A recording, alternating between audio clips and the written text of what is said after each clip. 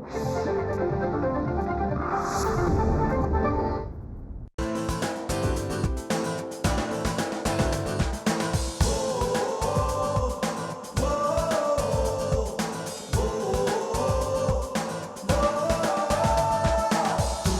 से झुके नहीं,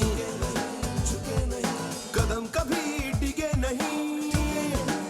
ओ तूफानों से झुके नहीं, कदम कभी डिगे नहीं, राह में रुके नहीं, आसमां से बुलंदी तक, कोशिश से कामयाबी तक, कोशिश से कामयाबी तक, कोशिश से कामयाबी तक, कोशिश से कामयाबी तक, कोशिश से कामयाबी तक।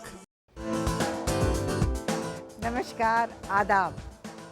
दोस्तों, कामयाबी किसे पसंद नहीं है, मगर ये हम भूल जाते हैं। कामयाबी पाने के लिए कड़ी मेहनत और कोशिश की ज़रूरत होती है, तभी वो हमारे हाथ लगती है। कोशिश से कामयाबी तक पहुंचने के लिए बहुत मेहनत करनी पड़ती है। कुछ ऐसा ही हुआ है आज के हमारे मेहमान के साथ। उन्हें कामयाबी तो मिल गई, लेकिन उसे कायम रखने के लिए आज तक उनकी कोशिश जारी है। मैं ज़रीना वहाब, कोशिश से कामयाबी तक सीज़न 2 में आपका स्वागत करती हूँ। तो चलिए एक नज़र डालते हैं हमारे मेहमान के काम पर। फिल्मी माहौल में पले बढ़े इस लड़के का बचपन और किशोर अवस्था बहुत मजे में बीती। और क्यों न बीतती, पिता जीवन हिंदी फिल्मों के जाने माने और सबसे बिजी चरित्र कलाकारों में से एक जो थे, पर फिर भी उन्होंने अपने इस बेटे को एक्टिंग के लिए FTII पुणे भेजा। लेकिन बिना एक्टिंग का कोर्स पूरा किए ही इस लड़के पे नजर पड़ी ख्वाजा अहमद अब्बास की, जिन्होंने इसको अपनी फिल्म 2 बूंद पानी में साइन कर दिया। बस फिर तो इनको एक के बाद एक फिल्में मिलती चली गईं। पर कामयाबी होते हुए भी ये कामयाब स्टार्स की लिस्ट में नहीं आ पाए। फिर एक समय ऐसा आया जब इमरजेंसी के दौरान इनकी कई फिल्में रिलीज ही नहीं हो पाईं और ये सितारा चमकने से पहले ही न जाने कहां खो गया।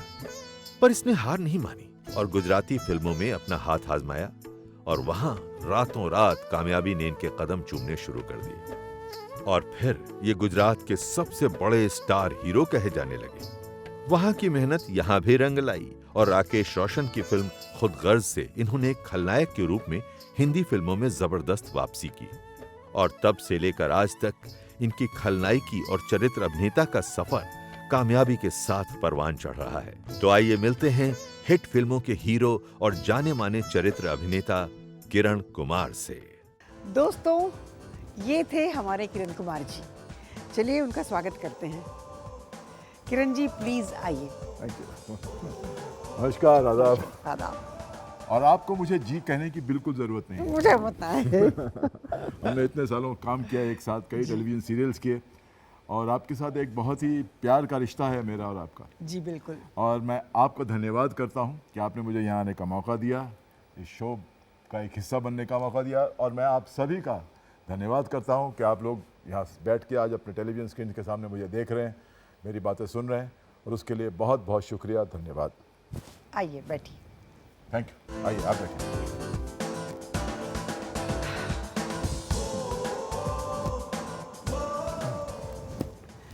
अच्छा, किरण जी तो नहीं कहूँगी। ओके किरण। नहीं, किरण। हाँ किरण। एक बात मैं आपसे पूछना चाहूँगी। जी हाँ। आपके पिताजी जो लेजेंड हैं, जीवन साहब, इतने बड़े कलाकार घर में मौजूद हैं, आपको एक्टिंग विरासत में मिली है, तो आपको एक्टिंग सीखने की क्या ज़रूरत थी? जरीना, हाँ। मैंने जब से होश संभाला है, मुझे और कुछ करना ही नहीं था।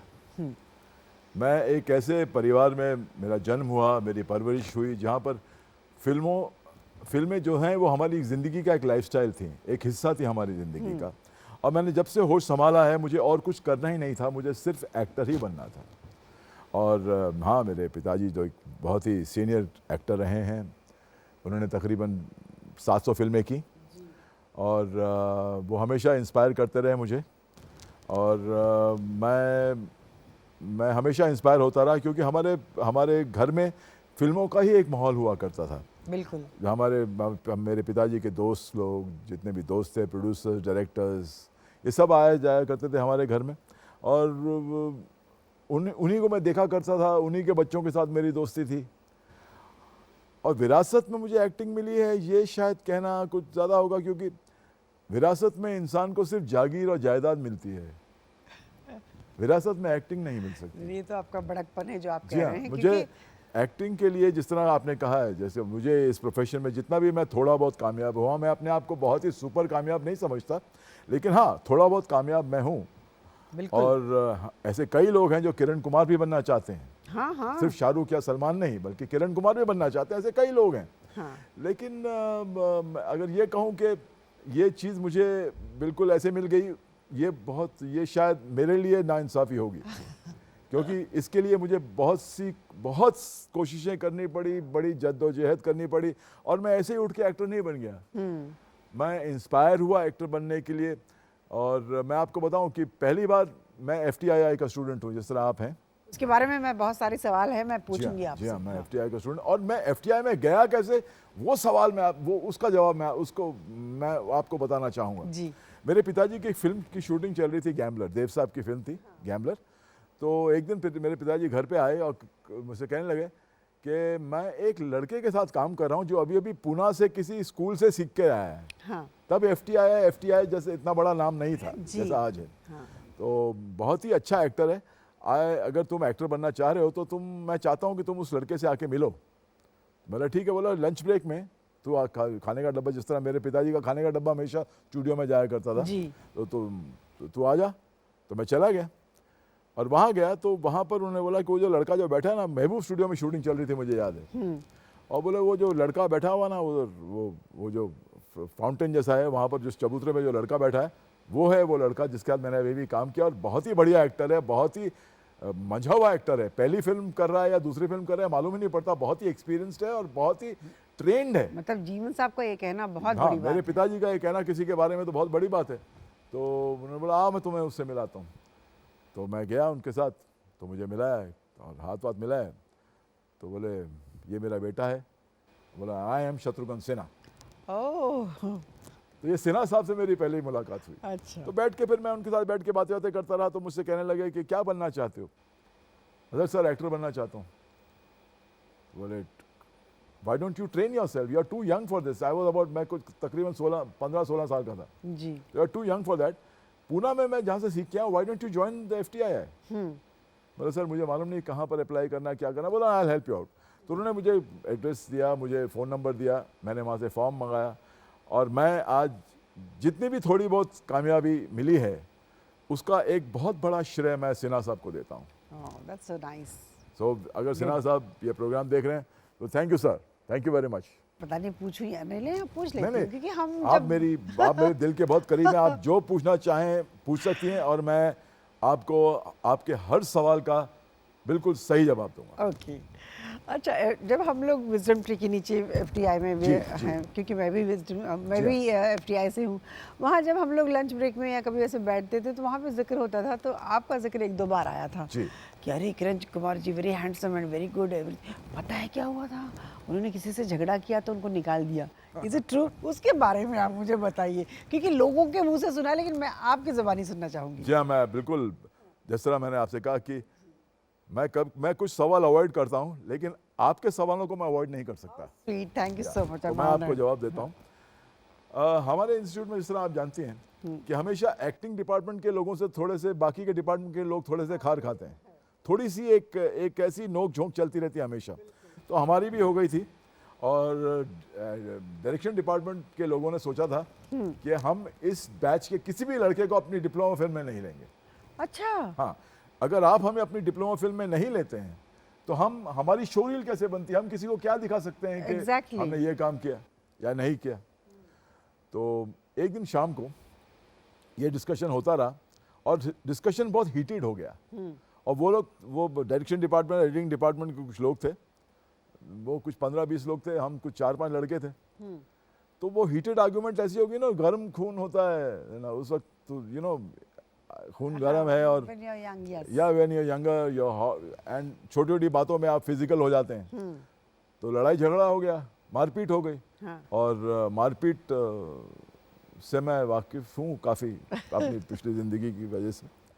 तो मैंने भी 2-4 दिए, लेकिन मेरे मारने पे कुछ लोगों को ज़्यादा चोटें लग गई, कुछ खून वून बहने लग गया, और इन्होंने इस बात का एडवांटेज उठाया और पुलिस को बुला लिया गया। अच्छा। जब पुलिस आई तो प्रिंसिपल साहब भी आ गए, जगत मुरारी साहब प्रिंसिपल हाँ, थे जगत तभी। मुरारी जी, यस। तो पुलिस ने बोला ये जिसने भी मारपीट की है इनको हम अरेस्ट करते हैं, लेकिन हमारे जो गुरु हैं तनैया साहब, हाँ, वो हमेशा हम लोगों के साथ, उन्होंने हमेशा हमें बच्चों की तरह रखा है। बिल्कुल। तो उन्होंने आके कुछ पुलिस से कुछ रिक्वेस्ट करके हमें, मतलब कम से कम हम अरेस्ट नहीं हुए। हाँ, लेकिन जगत मुरारी साहब ने एक चीज़ का फैसला कर लिया कि ऐसे जो गुंडे लड़के हैं इनको हम इंस्टीट्यूट में नहीं रखेंगे, अच्छा। तो हमें निकाल दिया गया। मैं था, महेंद्र संधू था, हाँ, रजा मुराद था, हाँ, और एक सुभाष सोइन साहब थे जो अब नहीं है, दुनिया में नहीं है, जी, और एक जगदीश सोडी थे, वो भी इस दुनिया में नहीं है। हम चारों को हम 5 लड़के थे, उन्हें निकाल दिया गया। लेकिन जब हमें निकाला तो बाकी के स्टूडेंट्स ने स्ट्राइक कर दी कि इन लड़कों को क्यों निकाला गया। झगड़ा तो दोनों तरफ से हुआ था। हाँ, तो एग्जैक्टली। 45 डेज के लिए इंस्टीट्यूट बंद रहा। मतलब अच्छा। स्ट्राइक जब हुई तो 40 दिन के लिए कोई क्लासेस अटेंड नहीं। हम सब इंस्टीट्यूट जो अपने प्रिंसिपल साहब और विजडम ट्री के बीच में जो रोड है ना, हाँ, तो उधर हम अपने बिस्तर लगा के सोते थे। ओह, और उन दोनों 40 दिन के अंदर बहुत इंटरेस्टिंग वाक़ये हुए, बहुत इंटरेस्टिंग इंसिडेंट्स हुए, जिसमें से एक इंसिडेंट असरानी साहब के साथ भी हुआ था। वो भी मैं आपको सुनाऊंगा। जी, तो मुझे मतलब मैं सिर्फ ये कहूँगा कि कभी कभी कुछ अच्छाई में, कुछ बुराई में अच्छाई भी होती है। हाँ, अगर आप पत्थर उठाएं तो उसके अंदर, उसके नीचे कुछ ना कुछ अच्छी, कभी कभी हीरा मिल जाता है। हाँ, तो अब जब स्ट्राइक हुई तो इंस्टीट्यूट के अंदर एक, मतलब इंस्टीट्यूट के स्ट्राइक को रिजॉल्व करने के लिए एक कमेटी बनाई गई, जिसमें के अब्बास साहब थे, जी, चोपड़ा साहब थे, और काफ़ी 4-5 लोग थे। तो वो लोग आए, उन्होंने कहा कि एक स्ट्राइक को रिजॉल्व करने के लिए हम आते हैं। तो आए, बॉम्बे से पूना आए, और जो जो हुआ था उन्होंने सारा झगड़ा ख़त्म करने के लिए उन्होंने सबसे बात की। हम स्टूडेंट्स को भी बुलाया गया, बोला आप उन लड़कों को बुलाओ जिन्होंने मारपीट की थी। हाँ, बुलाया गया। अब मैं जानता था, चोपड़ा अंकल तो थे, वो हमारे, मतलब उन्होंने मुझे बचपन से बड़ा होते हुए देखा है। मेरा बचपना काफ़ी कुछ उनके घर में गुजरा है। तो बोला कि अब जो है बहुत डांट पड़ने वाली है। तो अब्बा साहब ने बुलाया तो बहुत डांटा कि तो इस तरह शोभा देता, अच्छा लगता है अच्छे घरों के, और तुम्हारे डैडी को मैं इतनी अच्छी तरह से जानता हूँ, इतने शरीफ इंसान हैं, और उनका बेटा ऐसा गुंडा, बहुत खराब, बड़ी शर्म की बात है। बोला sir I am very sorry sir, गलती हो गई sir, I am really sorry, अब आइंदा ऐसा नहीं करूँगा मैं, प्लीज़ मुझे माफ़ कर दीजिए आप। इसके बाद क्या हुआ जो मतलब खुशखबरी हुई आई एम श्योर। तो ये खुशखबरी हम लेते हैं एक छोटे से ब्रेक के बाद। जी हाँ, बिल्कुल ब्रेक लेते हैं। किरण जी के साथ बड़ी प्यारी प्यारी बातें हो रही हैं, प्यारी प्यारी बातों का सिलसिला जारी रहेगा एक छोटे से ब्रेक के बाद। कोशिश से कामयाबी तक। ब्रेक के बाद आपका स्वागत है। हमारी बातें हो रही हैं किरण कुमार जी के साथ। हाँ, तो किरण आप कह रहे थे कुछ अगर बुरा होता है तो उसके पीछे कुछ ना कुछ अच्छाई भी साथ में आती है, तो बात तो हाँ अधूरी रहेगी, ज़रा कंटिन्यू कीजिए। अब्बास साहब जब आए थे इस स्ट्राइक को रिजॉल्व करने के लिए, और उनसे जब डांट पड़ी तो उन्होंने जाते हुए मुझसे कहा कि तुम ज़रा मुझे आके मिलना, मैं इधर गेस्ट हाउस में ठहरा हूँ, हाँ, आके मिलो। मैंने ठीक है साहब। अब मैं सोच रहा था कि अब काफ़ी डांट पड़ चुकी है, पता नहीं और कितना डांटेंगे। तो मतलब अब बुलाया तो जाना तो पड़ेगा। तो मैं चला गया उनके कमरे में, मतलब नॉक किया, मतलब सर मैं कम इन, मैंने हाँ। आई वॉज एक्सपेक्टिंग कि बहुत डांट पड़ेगी और डांट पड़ेगी, ये गुंडागर्दी की तुमने, और कहेंगे कुछ मुझसे। तो बोले कि बैठ जाओ। मैं बैठ गया। तो बोले कि इन छुट्टियों में क्या कर रहे हो? मैंने कुछ नहीं सर, घर जाऊंगा। हाँ, मेरी फिल्म करोगे? मतलब आप मुझे फिल्म ऑफर कर रहे हैं सर? हाँ, मैं एक फिल्म कर रहा हूँ, 2 बूंद पानी, जिसमें एक लंबू इंजीनियर का रोल है, और बड़ा अच्छा रोल है, और मैं चाहता हूँ तुम्हें देखने के बाद मैं चाहता हूँ कि वो रोल तुम करो। मतलब सर मैं हाजिर हो गया सर। That's so और छुट्टियों में nice। मैं चला गया राजस्थान उनके हाँ। साथ, और मैंने 2 बूंद पानी की शूटिंग कर ली। देखिए ना, ऊपर वाला भी कैसे कैसे जी रास्ते हाँ। बनाता है। हाँ, अजीब अजीब खेल होते हैं उसके। हाँ बिल्कुल, अगर ये नहीं होता तो शायद आपको फिल्में तो मिल जाती शायद, लेकिन इतनी लेकिन जल्दी ये ब्रेक नहीं मिलता। ये ब्रेक नहीं मिलता यार। और इस फिल्म में मुझे बहुत कुछ सीखने को मिला। हाँ, है ना जी, मुझे बहुत कुछ सीखने को मिला। मुझे मतलब ये फिल्म मेरा एक ऐसा ट्रेनिंग ग्राउंड था कि कमाल का ट्रेनिंग ग्राउंड था, क्योंकि राजस्थान जब हम जैसलमेर शूटिंग करने गए तो आप जानते हैं, आप तो जैसे जैसलमेर जो आज है वैसा तो नहीं था आज से 35 साल पहले।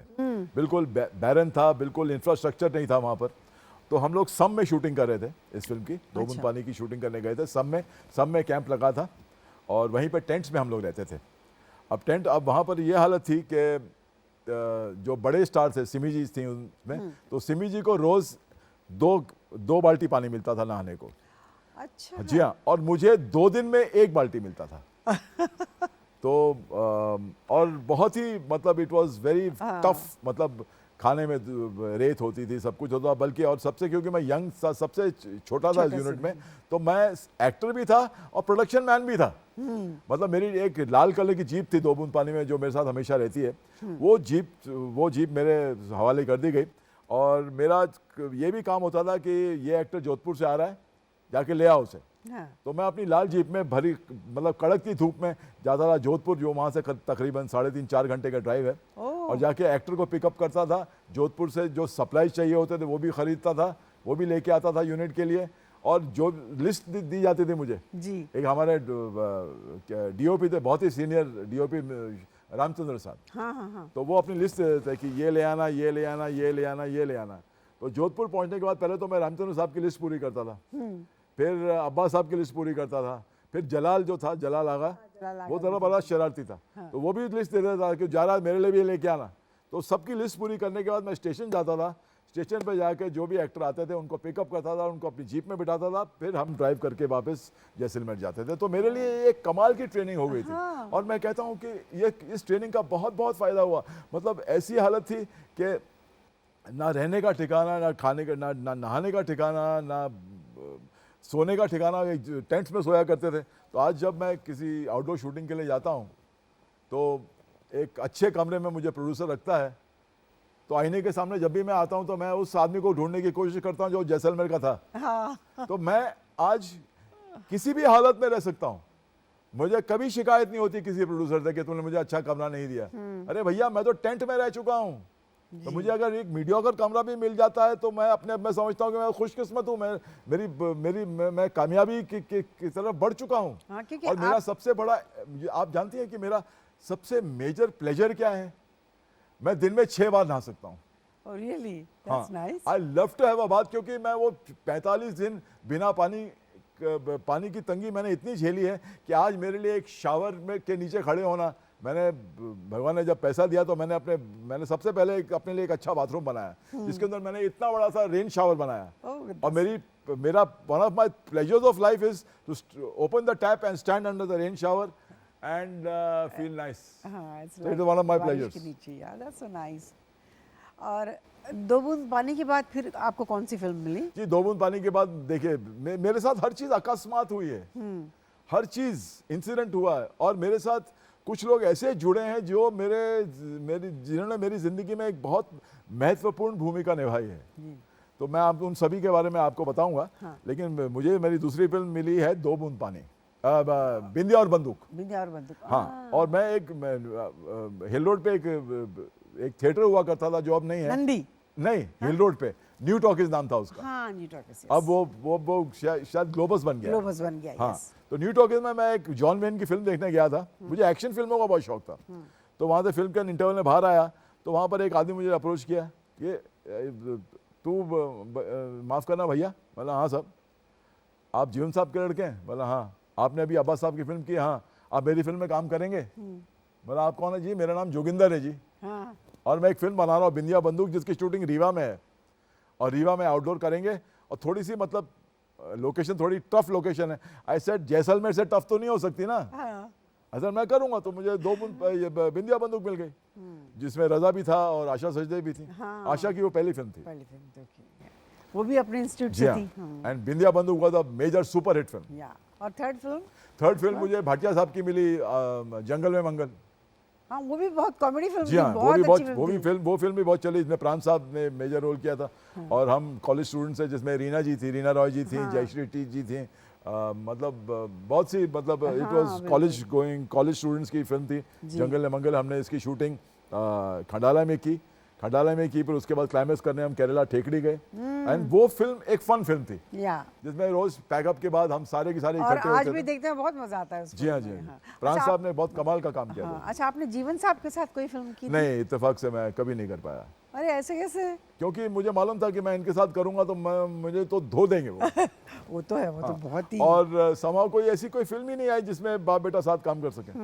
That is one of my regret in life कि दैट आई नेवर, कि मुझे अपने पिताजी के साथ काम करने का मौका कभी नहीं मिला। नहीं। कोई बात नहीं, अगले जन्म में करेंगे। जीवन साहब का एक जेस्चर था उनकी फिल्म में, वो आऊं जो हाँ, करते थे, वो जो आजकल शक्ति करता है। हाँ, आपने कभी उसको अडॉप्ट करने की कोशिश नहीं, की?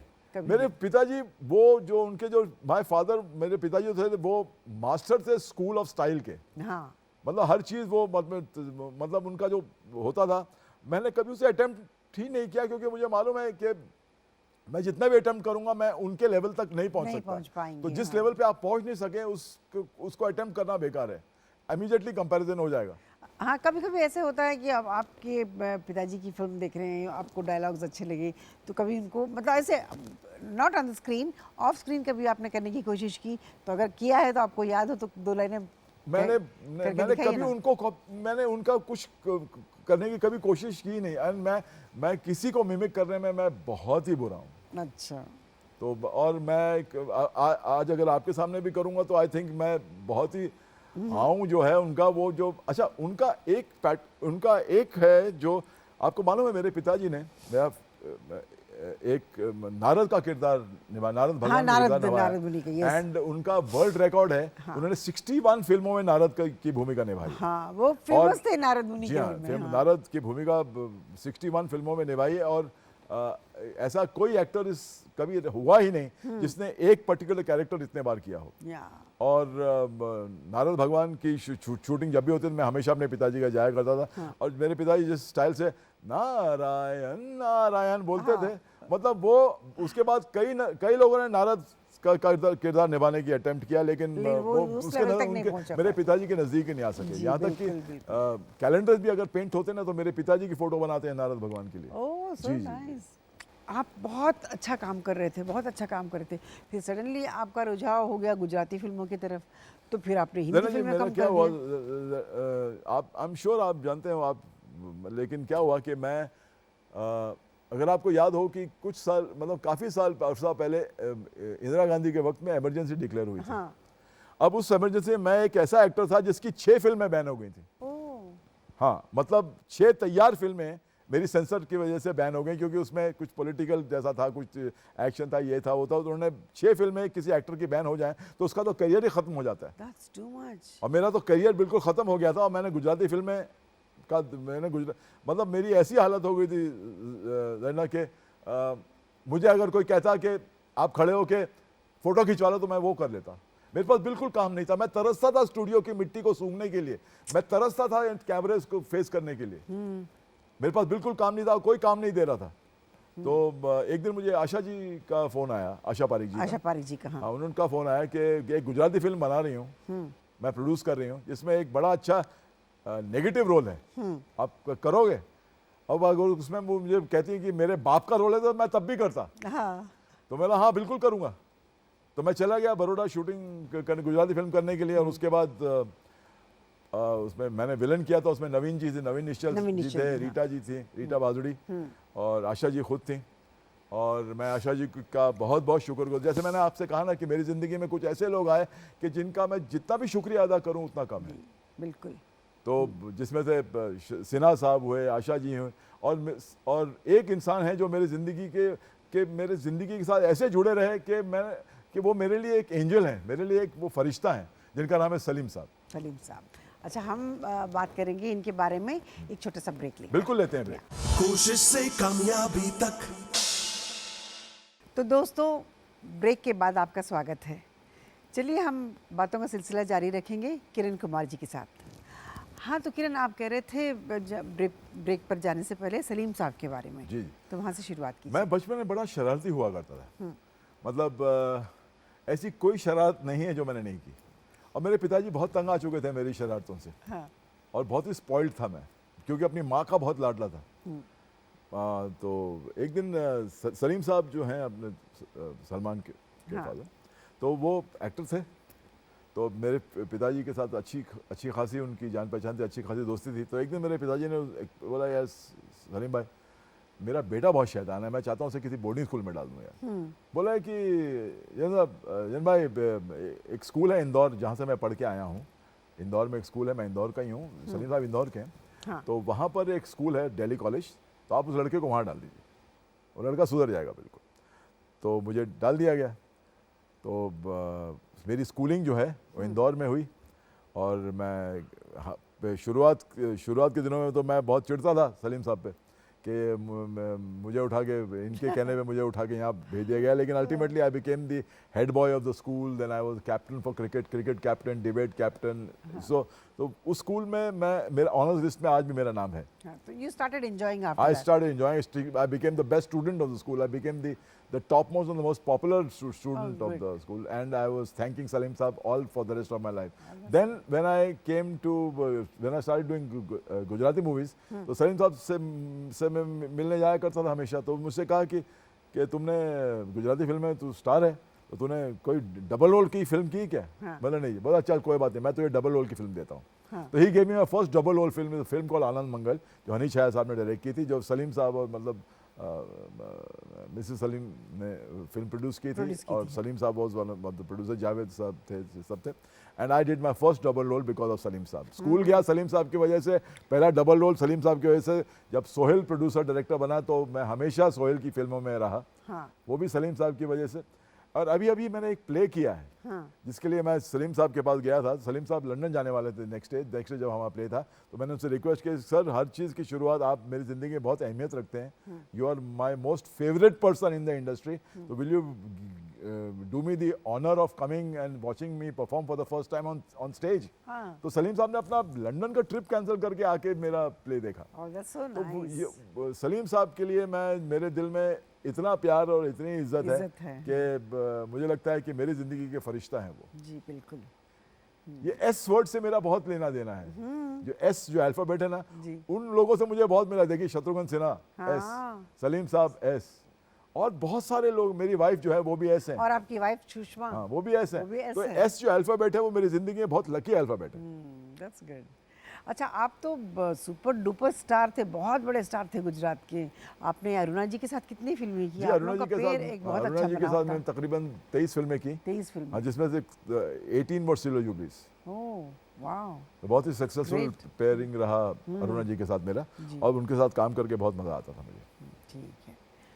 फिर हिंदी फिल्मों में वापसी कैसी हुई आपकी? वो भी सलीम साहब की वजह से। Really? Really. That's so nice. हाँ, तो मैं गुजराती फिल्में कर चुका था, तो मैं जब भी आता था वापस बॉम्बे आता था, हाँ। तो मैं सलीम साहब से मिलने ज़रूर जाता था। तो मैं बोला कि सलीम साहब, मैं अभी गुजराती बहुत कर ली, मैंने 80 फिल्में कर ली हैं, यहाँ पर कुछ निकालिए ना। हाँ। यहाँ पर कुछ काम दीजिए ना मुझे। काम मांगना बुरी बात नहीं है। बुरी बात नहीं, बिल्कुल नहीं। तो मैंने कहा कि यहाँ पर मुझे काम दीजिए ना। तो उन्होंने एक फिल्म लिखी थी फलक, जिसके अंदर उन्होंने मुझे एज अ नेगेटिव कैरेक्टर मुझे ब्रेक दिया फलक में। फलक। तो ये भी सलीम साहब की वजह से हुआ। हाँ, दैट्स नाइस। फिर उसके बाद बहुत अच्छी अच्छी फिल्में आपकी आई। जी, फिर मैंने तेजाब की। तेजाब में तो आपका तो कमाल का जी हाँ। रोल था। उस रोल के बारे में कुछ बताइए। वो रोल ऐसा है, लोटिया पठान। लोटिया। कुछ किरदार है ना, आपके शायद आपके साथ भी हुए होंगे, लेकिन मेरे साथ तो ये हुआ है कि लोटिया पठान जो किरदार है, हाँ। लोटिया की जिंदगी का एक ही मकसद, मुन्ना की मौत, ये सब जो चीजें हैं, वो लोटिया पठान मेरे कंधे पे ऐसे आके बैठ गया है कि मैं जितनी कोशिश करता हूँ इसको हटाने की, हटता ही नहीं है। मैं जहाँ भी जाता हूँ लोटिया पठान, लोटिया पठान, लोटिया पठान। अरे भाई, लोटिया पठान ठीक है एक किरदार था, लेकिन वो किरदार वो इतना हावी हो गया, लोगों इतना अच्छा लगा लोगों को, ने बहुत सराहा। हाँ उनको अच्छा लगा, लेकिन मेरी जिंदगी का वो नासूर बन गया है। लेकिन कभी कभी बहुत अच्छा लगता है किरण, आप जाते हैं, आपको एक पर्टिकुलर कैरेक्टर के नाम से बुलाते हैं। हाँ, लेकिन हर कितना जगह अच्छा लगता है। लोटिया पठान, लोटिया पठान। अरे भाई, लोटिया पठान के अलावा ही मैंने फिल्में की हैं, तेजाब के अलावा ही मैंने हिना की है, खुदा गवाह की है, अभी आप ही के साथ काम किया था, बाबी जासूस की है। हाँ। ये सब फिल्में मैंने की हैं, लेकिन लोटिया इतना पॉपुलर हो गया। जिस तरह देखिए, हर एक्टर की जिंदगी में कोई ना कोई ऐसा किरदार आ जाता है। अमरीश जी हमारे इतने वरिष्ठ, इतने सीनियर हैं, उनके जिंदगी में जैसे मोगैम्बो, अमजद भाई के साथ गब्बर आ गया। हाँ, तो आपके साथ लोटिया आ हाँ, गया। कुछ ऐसे किरदार होते हैं जो ऑडियंस को इतने पसंद आते हैं, लेकिन वो किरदार इतने हावी हो जाते हैं कि अगर आप उसे चाहते भी हैं कि आप उसे अपने कंधे से उठा के बाहर रख दें कि not भाई अभी बहुत possible. हो गया, वो पॉसिबल ही नहीं होता। हाँ, और मैंने बहुत कोशिश की कि लोटिया को उठा के मैं ऐसे उठा के अलग कर दूं, लेकिन लोटिया जो है वो मेरे पीछे ही नहीं छोड़ता है, ऐसा चिपक गया है मेरे साथ कि अब मैं खुद लोटिया पठान को, जिस दिन अगर लोटिया पठान मुझे मिलेगा तो लोटिया पठान की पिटाई मैं खुद करूंगा चलो बोल। कि भाई अब तो छोड़ मुझे। अच्छा ये बात बताइए, सुषमा से मुलाकात आपकी कैसी हुई थी? ये सवाल कोई और पूछता तो उसका जवाब मैं नहीं देता, लेकिन क्योंकि आप पूछ रही हैं जी। तो मैंने आपके साथ एक ऐसा दिल का रिश्ता है कि आपकी, मैंने आपसे कहा था कि आपके हर सवाल का जवाब मैं दूंगा। सुषमा के साथ मेरी मुलाकात गुजरात में हुई थी। अच्छा, गुजरात की धरती से मुझे बहुत कुछ मिला है। आप मुझे अच्छा, आप कामयाबी, जब हाँ, मुझे कामयाबी मिली गुजरात की धरती से, मुझे सक्सेस मिला, मुझे फेम मिला, और वहाँ पर मुझे मेरी बीवी मिली। बीवी मिली। भाई सुषमा जो थी वो एक गुजराती फिल्मों में उन्होंने काम करती थी लीडिंग अच्छा। लेडी के हिसाब से, और हम एक फिल्म कर रहे थे अलबेली नार, और जहाँ पर मैंने उन्हें देखा पहली बार और मुझे वो अच्छी लगी, क्योंकि उसके अंदर मैं एक मामाज बॉय हूँ, मैं बिल्कुल अपनी माँ का बेटा हूँ। मैंने सुना सूरज भी आप ही का बिल्कुल आपका बेटा है बिल्कुल। कुछ बच्चे जो होते हैं वो माँ के बच्चे हो जाते हैं, मैं बिल्कुल अपनी माँ का बेटा हूँ, जिस तरह श्योर या मैं जानता हूँ सूरज के बारे में। हाँ, सूरज मेरा हाँ, वो बिल्कुल माँ का उस बच्चा जिंदगी है। के अंदर उसके साथ हमेशा अच्छा ही होगा। आप ये मेरी बात को लिख के रखना, आमीन, क्योंकि जो आमीन, जिन बच्चों के साथ माँ की दुआएं होती है ना, उनका दुनिया, उनका बाल भी माँ का नहीं कर सकती, और उन्हें सक्सेस मिलना ही है। तो मैं कह रहा था कि हाँ, माँ का बेटा हूँ, लेकिन मैं हर औरत में ना मैं अपनी माँ को ढूंढने की कोशिश करता था। ये यूजुअली होता है। हाँ, मैं जहाँ जिससे भी रिलेशनशिप होती थी मैं सोचता था जैसे शादी करूं, लेकिन मेरी माँ है क्या इसके अंदर कहीं ना कहीं। तो सुषमा के अंदर मुझे मेरी माँ बहुत नजर आती थी, क्योंकि मेरी माँ की तरह उसको भी खाना बनाने का शौक था। कमाल का कैरेमल कस्टर्ड बनाती थी, मैं तो उसे कहता था कि कैरेमल कस्टर्ड अब मैं नहीं खाऊंगा, क्योंकि कैरेमल कस्टर्ड खिला खिला के तुमने शादी कर ली मुझसे। तो मैं हमेशा माँ को ढूंढता रहा, और सुषमा के अंदर मुझे सबसे ज़्यादा मुझे मेरी माँ नजर आई। और तो बहुत प्यारी बात अब कही देखिए आपने। 35 साल हो गए शादी को, और अब हस्बैंड वाइफ का रिश्ता एक 35 साल के बाद एक सिर्फ हस्बैंड वाइफ का ही नहीं रहता। वो जो बीवी होती है वो आपकी माँ भी हो जाती है, आपकी बहन भी हो जाती है, आपकी सबसे अच्छी दोस्त भी हो जाती है। जी तो बिल्कुल। आज की तारीख में मुझे लगता है कि जो भी फैसला मैंने किया था बिल्कुल सही फैसला किया था। And I love my wife and I love her so much that without her I am lost. I'm incomplete without her. Yeah, that's so sweet. She'll be very happy. She's a She's lucky given one. me a lovely house. She's Yeah. given me 2 lovely children. 2 बड़े अच्छे बच्चे दिए हैं। अच्छा, बच्चों पे याद आया, आपके बच्चे क्या करें? उनको भी मेरा फिल्म बनाने का शौक बेटा है? पहले असिस्टेंट डायरेक्टर था, हाँ, और अभी उसने जो थिएटर किया है पहली बार, अच्छा। उसने मेरे साथ थिएटर किया एज एन एक्टर। मैंने उससे पूछा कि तू क्या करना चाहता है, बोला एक्टर बनना चाहता हूँ ऑब्वियसली। सो अभी जो मैंने प्ले किया है चार्ली 2, इसके अंदर मेरे बच्चे ने भी काम किया है, and I was quite surprised at the way he has performed the role, and I'm happy. हर बाप को अपना बच्चा अच्छा लगता है, लेकिन I think that boy has a future in the film industry. that's good. My daughter was working for IMG. IMG के साथ काम कर, और आपने लैक्मे फैशन वीक का नाम सुना हाँ, होगा। सुना है, of course. My daughter was one of the hostesses of Lakme Oh, Fashion that's Week very nice. for working Good, for good, Reliance. good. हाँ, that's nice. अच्छा, जीवन जी को आप पिता में आप अपना दोस्त ढूंढते थे? I mean, was he like your friend, or Absolutely. he was very strict और No, उनसे no, no, डरते no, थे no, आप? no, no. He could not. He was not strict with me at all. That's why he could not control me. That's why I had to be sent to a boarding school. अगर strict father होते तो मैं सीधा होता, लेकिन वो मेरे दोस्त थे बिल्कुल। हम लोग साथ में क्रिकेट खेलना, क्रिकेट का बहुत शौक था। अच्छा, I used to love cricket. जैसे I love cricket. मेरे father also absolutely cricket crazy. मतलब क्रिकेट खेलना से लेके, मैंने ऐसा कोई टेस्ट मैच नहीं जो ब्रबॉन स्टेडियम, उस जमाने में ब्रबॉन स्टेडियम में मैच होते थे, जो मैंने अपने पिताजी के साथ जाके मैच नहीं देखा। और मेरे ऐसे अच्छे दोस्त थे वो कि उनको मालूम था कि मुझे ये शूटिंगें देखने का बहुत शौक है, और स्पेशली नारद भगवान की शूटिंग करने। तो उस वक्त में बाबू भाई मिस्त्री करके प्रोड्यूसर डायरेक्टर हुआ करते थे, जो ये माइथोलॉजी की फिल्में बनाते थे। mythology। मुझे बड़ा अच्छा लगता था कि वहाँ जाओ और वो पाटिये पे हनुमान जी लेटे हैं और ऐसे ऐसे ऐसे ऐसे कर रहे हैं, और वो पाटिया उड़ रहा है। मुझे बड़ा अच्छा और लगा। आपको हंसी आती थी? हाँ, हंसते थे आप? ना मुझे नहीं, मुझे बहुत इंजॉय करता था। मैं सीखता था, देखता रहता था कि किस तरह शॉट लिए जा रहे हैं। हाँ, एंड बाबूभाई मिस्त्री की शूटिंग में तो मैं हमेशा जाता था, क्योंकि वहाँ पर इंद्र भगवान होते, कोई इंद्र बना होता था, कोई हनुमान जी बना होता था, मेरे पिताजी नारद बने होते थे, और मुझे बड़ा मज़ा आता था कि इस तरह की शूटिंगें देखूं। स्मोक होता था, ड्राई आइस होती थी, उस ज़माने में टेक्नोलॉजी तो थी नहीं इतनी, तो अगर उड़ाने का शॉट है तो वो सीजी तो होता नहीं था, तब तो वो हनुमान, कभी हनुमान जी की पूंछ निकल जाती थी उड़ते हुए, तो कभी कुछ होता था, बड़ा मज़ा आता था, मैं हमेशा जाता था। ठीक है, ये मज़ेदार बातें हम आगे भी बात करेंगे, एक छोटा सा ब्रेक लेते हैं। कोशिश से कामयाबी तक।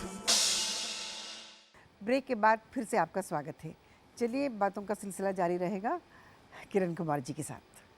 किरण जी, आपके पिताजी बहुत बड़े वेटरन एक्टर थे, और उस ज़माने में आप बहुत लकी रहे होंगे कि उनके साथ साथ, आपके पिताजी के साथ साथ जितने वो वेटरन कलाकार थे उनसे आपकी मुलाकात होती थी होगी।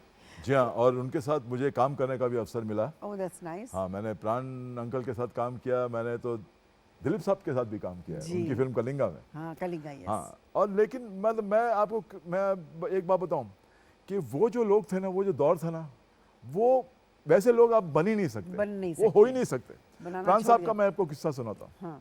कमाल की डेडिकेशन। हम श्रवण कुमार चाक साहब की फिल्म बीकानेर में शूटिंग कर रहे थे कड़ी गर्मी के अंदर, और प्राण साहब भी थे उसमें, और सुबह 9 बजे अपना दाढ़ी, अपना मेकअप, अपने कपड़े, गर्मी के दिनों में कोट, दाढ़ी, साफा, कुल्ला, सब कुछ पहन के वो 9 बजे आउटडोर में कड़कती धूप के नीचे आके कुर्सी लगा के बैठ जाते थे।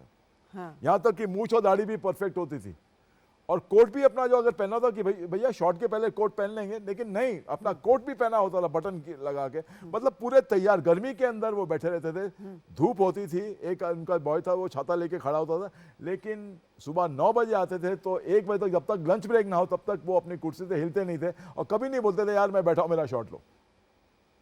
मतलब ये इस तरह की डेडिकेशन थी उन लोगों नहीं हो की। सकती मतलब ये आज की तारीख में अगर हम में से किसी को कहा जाए, हम लोग तो बिल्कुल नाकारा हैं उनके सामने। एक बात मैं पूछना चाहूंगी, इतनी गर्मी में स्वेटर ये सब पहन के आते थे, उनको शौक था या उनका गेटअप वैसे था? उनका गेटअप था, उनका गेटअप ऐसा था, मतलब वो पूरा बकायदा पूरा गेटअप करके आके बैठते थे जी।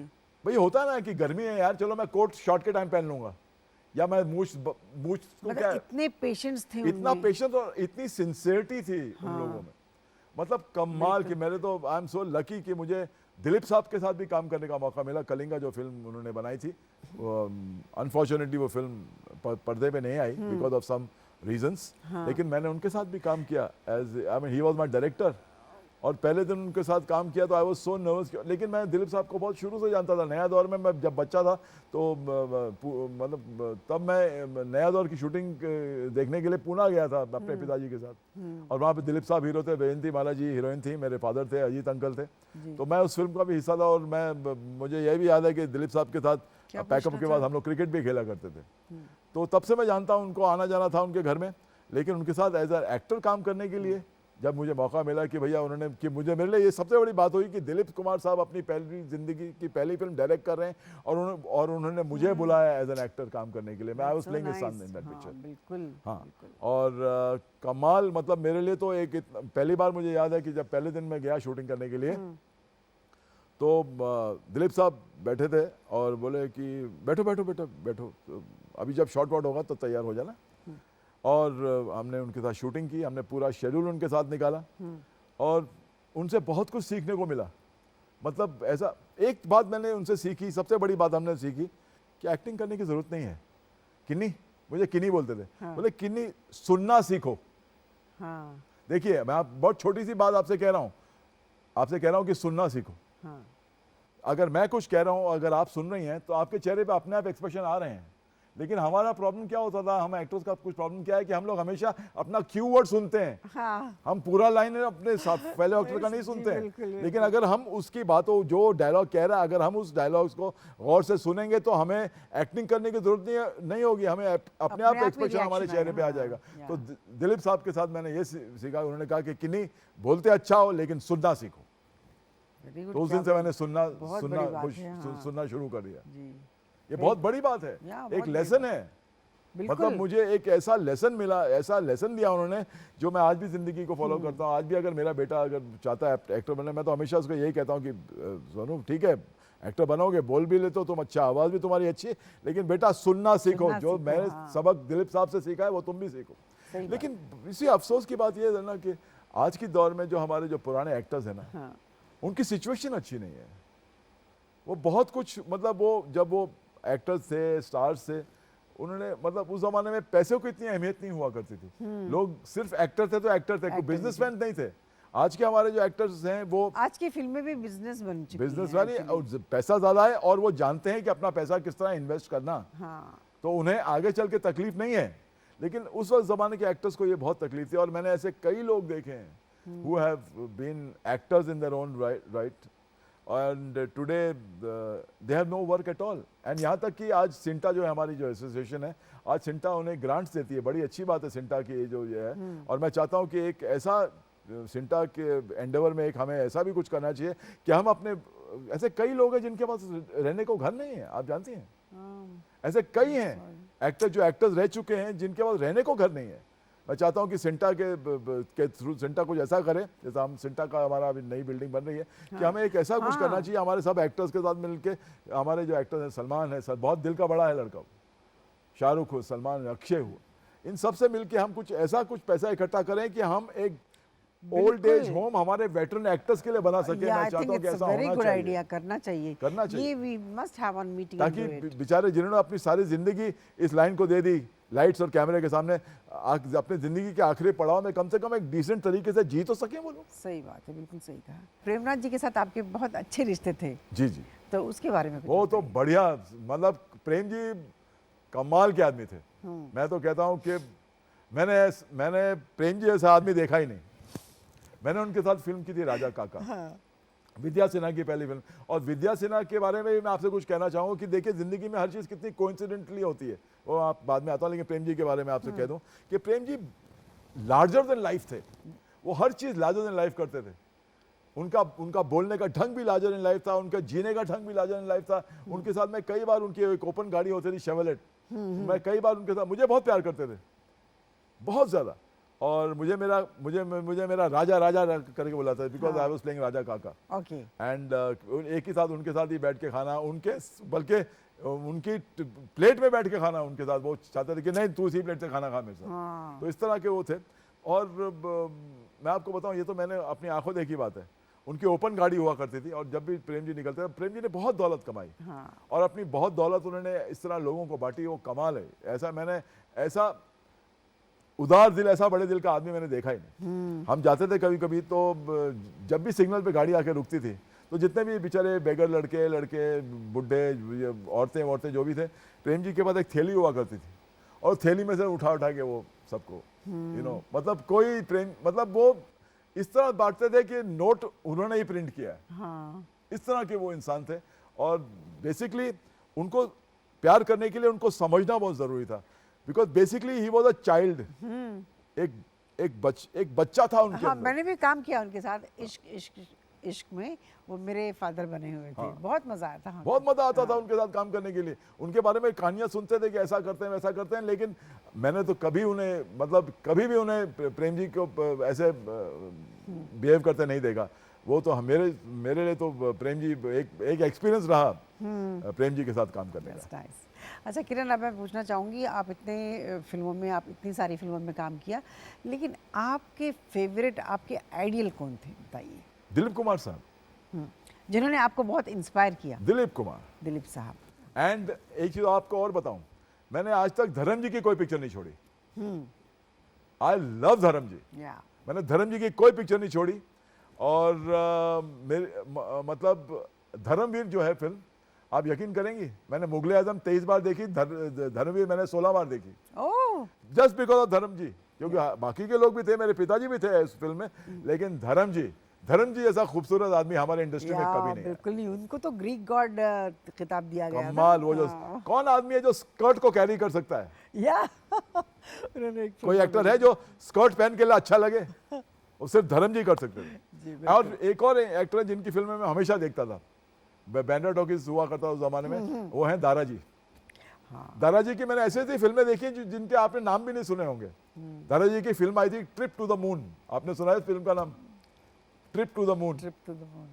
वो आपने नाम, मैंने वो फिल्म भी उनकी देखी। मैंने हमेशा दादाजी की फिल्में देखी। मुझे एक्शन ओरिएंटेड फिल्में बहुत हिंदी पसंद फिल्म थी trip to the moon? Hindi film? Hindi film थी, अच्छा। उसका नाम था ट्रिप टू द मून। उसमें क्या था, दादाजी एक एस्ट्रोनॉट होते हैं और एक टिन का एक रॉकेट होता है, उसमें बैठ के मून पे चले जाते हैं अच्छा। और मून पे जाकर वो जो मून के जो मॉन्स्टर्स हैं उनके लड़ते हैं, उनको मारते हैं। हाँ, वेरी गुड। और दादाजी के साथ मुमताज जी होती थी हाँ। And Mumtaz ji was my dream woman.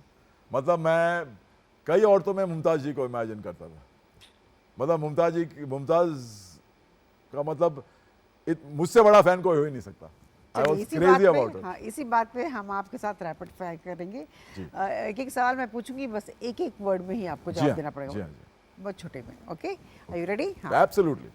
जीवन जी को छोड़कर इनमें से कौन आपके फेवरेट विलन है? अमरीश पुरी जी, प्रेमनाथ जी, प्राण साहब? प्राण साहब। प्राण साहब, गुड। फेवरेट को स्टार राधा सलूजा या अरुणा ईरानी? अरुणा ईरानी। Okay. अगर जिंदगी आपको गलती सुधारने का एक मौका देती है तो क्या होगा? आपकी अपनी गलती। मैं उस गलती को दोबारा करूंगा। नहीं, मैं सुधारने की बात कर रही हूँ। मुझे लगता ही नहीं कि मैंने ऐसा कुछ किया जिसे सुधारा जा सके। अच्छा। मैं सिगरेट नहीं पीऊंगा। I hate cigarettes, super. But I cannot do without it. Nobody should smoke, don't use tobacco. ये जो लग गई ना, मुझे बस यही मेरी जिंदगी का सबसे बड़ा रिग्रेट है कि मैं स्मोक क्यों करता हूँ। और कई बार छोड़ने की कोशिश की। So please my request to all of you जो भी देख रहे हैं कि please avoid tobacco, don't smoke. हाँ, आपके उम्र के हिसाब से अगर आज लव स्टोरी बनती है, मतलब ऑफर की जाए, तो आप कौन सी हीरोइन के साथ करना पसंद करेंगे? आपके साथ? मेरे साथ? How sweet. अच्छा, मेरे अलावा और कोई? Mumtaz. Mumtaz, okay, good good. और आज की किस हीरोइन के पापा बनना चाहेंगे? पापा? पापा? Katrina Kaif. Good. I really like her. Yeah. और हीरो के? Salman, my all time favourite. Yeah, good. Hindi फिल्में या गुजराती फिल्में? हिंदी फिल्में। इतिहास का कोई ऐसा रोल है जो आप करना पसंद करेंगे? Yes, Genghis Khan. Genghis Khan, very good. और आपके पर्सनालिटी को सूट भी करेगा जी। लोटिया पठान भूल जाएंगे फिर लोग, इसलिए मैं चाह रहा हूँ ना कि लोटिया पठान को निकालो, चंगेज खान को बिठा लूंगा। अच्छा, एज ए हीरो आपने बहुत फिल्मों में काम किया और जी। बहुत सारी फाइट भी हुई है, मतलब फिल्मों में।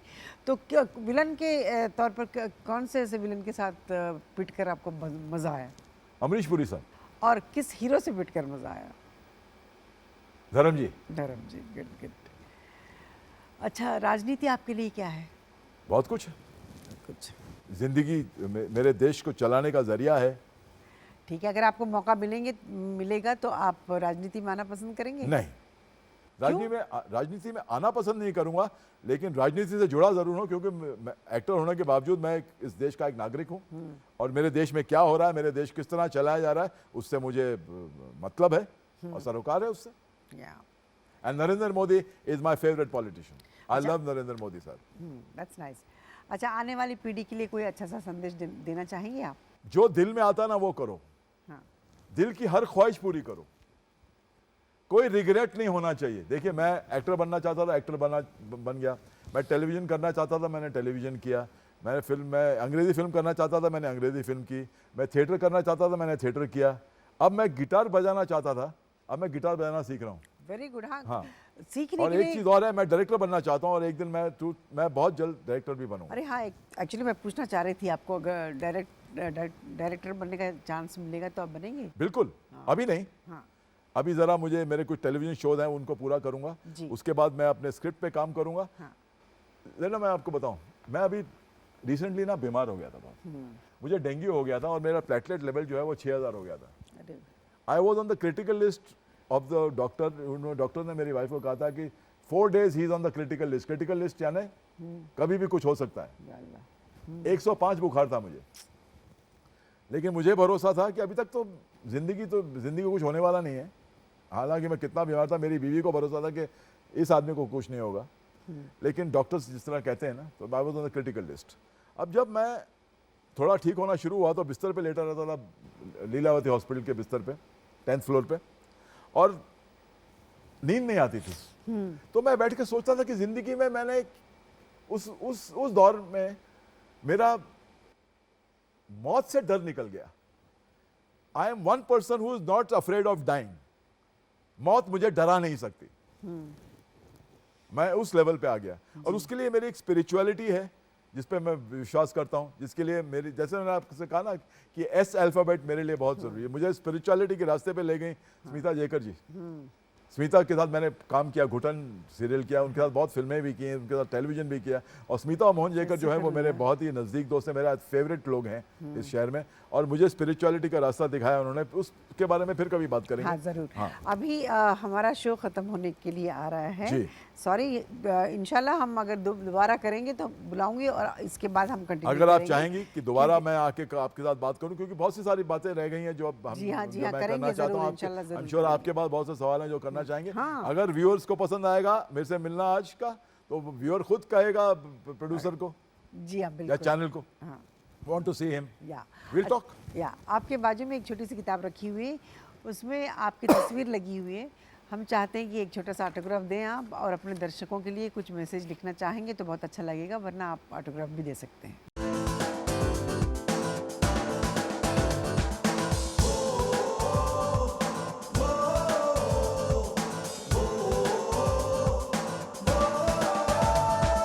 तूफानों से झुके नहीं,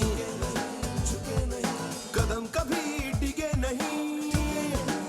ओ तूफानों से झुके नहीं, कदम कभी डिगे नहीं, राह में रुके नहीं, आसमां से बुलंदी तक, कोशिश से कामयाबी तक, कोशिश से कामयाबी तक, कोशिश से कामयाबी तक, कोशिश से कामयाबी तक, कोशिश से कामयाबी तक, कोशिश से कामयाबी तक, कोशिश से कामयाबी तक।